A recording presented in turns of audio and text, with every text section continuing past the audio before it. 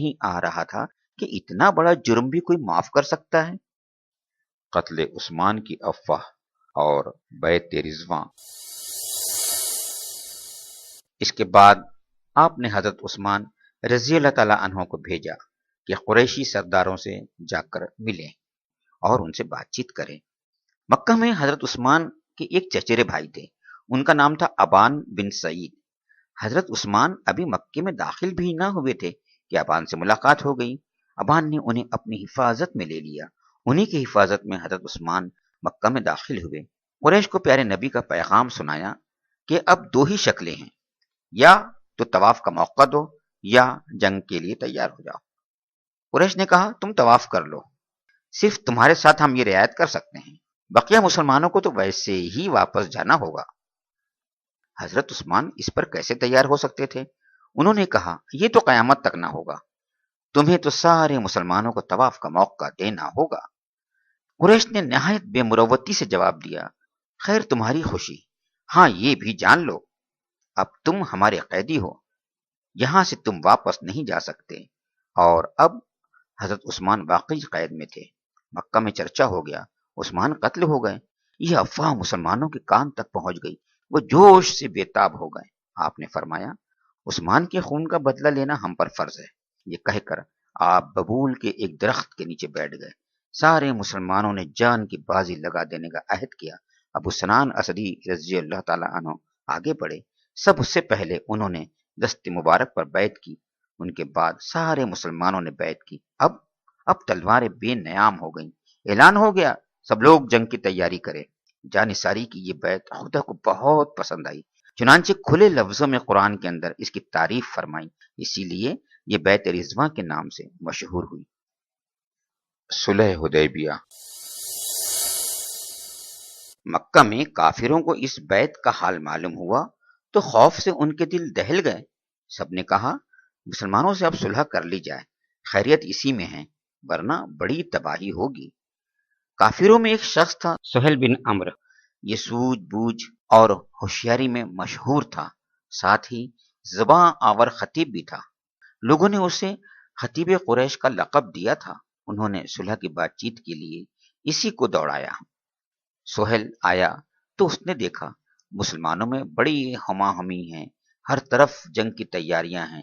یہ دیکھ کر وہ گھبرا گیا، لپک کر خدمت اقدس میں حاضر ہوا اور عرض کیا آپ یقین مانیں عثمان بالکل صحیح سلامت ہے، ان کے قتل ہو جانے کی خبر بالکل غلط ہے۔ میں آپ کے پاس صلح کی غرض سے آیا ہوں، یہاں آپ کے ساتھی جنگی تیاریوں میں مصروف ہیں۔ ادھر قریش نے قسم کھا لی ہے اس سال آپ کو مکہ نہیں آنے دیں گے۔ میں کچھ شرطیں لے کر آیا ہوں، ان میں ہمارے لیے بھی سلامتی ہے، آپ کے لیے بھی بہتری ہے۔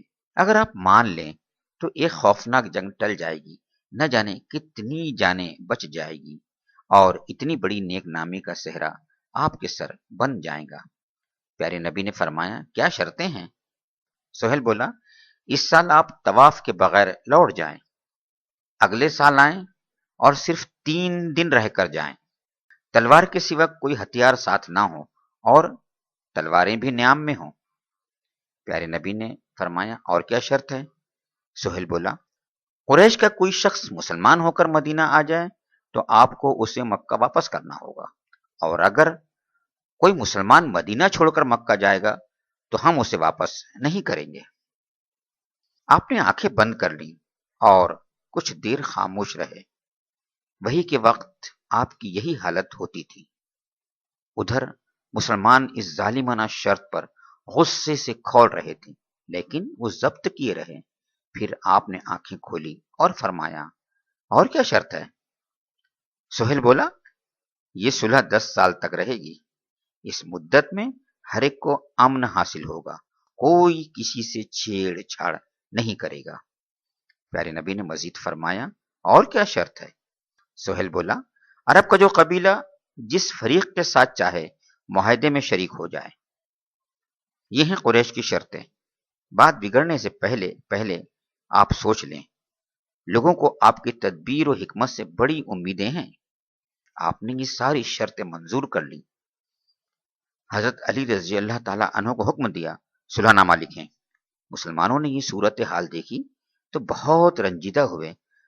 حضرت عمر پر سب سے زیادہ اثر ہوا۔ وہ اٹھ کر پیارے نبی کی خدمت میں آئے، عرض کیا، کیا آپ خدا کے رسول نہیں ہیں؟ پیارے نبی نے فرمایا، اس میں کیا شک ہے؟ عمر بولے، کیا ہم مسلم نہیں ہیں؟ آپ نے جواب دیا، کیوں نہیں، ہمارے مسلم ہونے میں کوئی شک نہیں۔ عمر مزید بولے، کیا وہ مشرک نہیں ہیں؟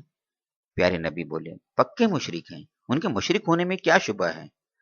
عمر نے سوال کیا، تو ہم دین میں یہ ذلت کیوں گوارا کریں، اس طرح دب کر ان کے ساتھ کیوں صلح کریں؟ پیارے نبی نے فرمایا، عمر